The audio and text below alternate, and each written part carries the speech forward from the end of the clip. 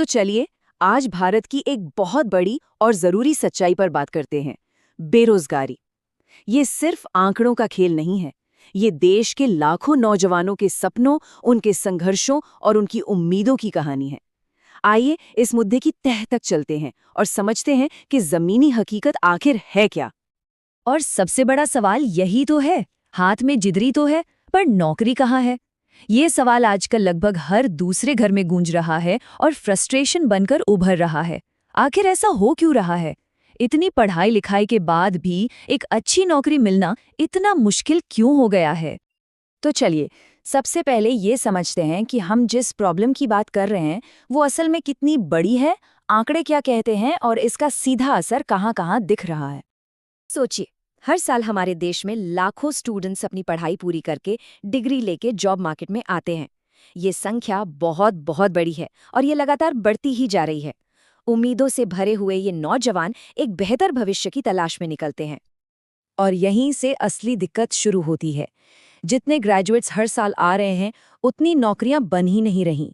आपने देखा होगा, कोई एक सरकारी नौकरी की पोस्ट निकलती है और उसके लिए लाखों लोग अप्लाई कर देते हैं। ये साफ दिखाता है कि सप्लाई और डिमांड के बीच का गैप कितना ज्यादा बड़ा हो चुका है। तो सवाल ये उठता है कि इस गैप की वजह क्या है? क्या सिर्फ नौकरियां कम है या इसके पीछे कोई और बड़ी वजह छिपी हुई है? चलिए इसे थोड़ा और गहराई से देखते हैं। इस समस्या की जड़ में जो सबसे बड़ा कारण है वो है स्किल मिसमैच। अब ये क्या चीज़ है?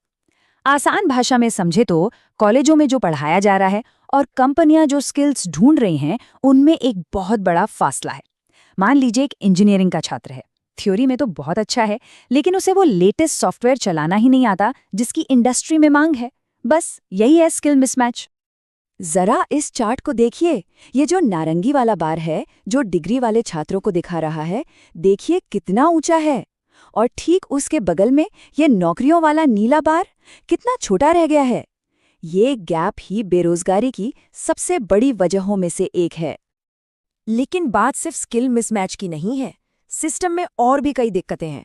सरकार की स्कीमें तो बहुत हैं, पर वो कागजों से निकलकर हर जरूरतमंद नौजवान तक पहुंच ही नहीं पा रही।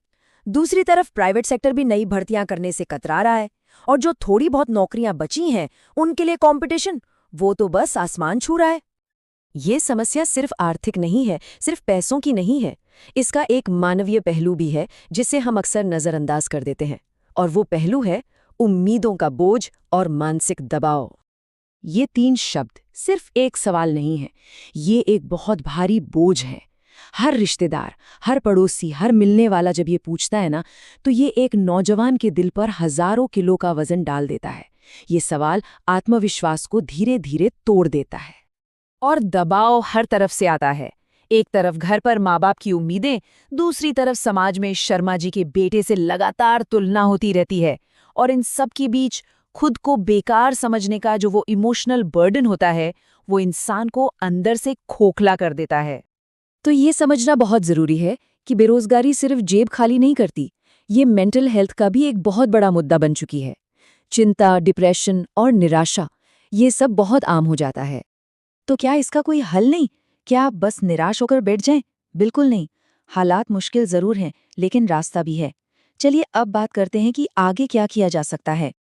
आगे बढ़ने के लिए 3 बहुत ज़रूरी कदम हैं। पहला, नए स्किल्स सीखें। आज के मार्केट में क्या चल रहा है उसे सीखें।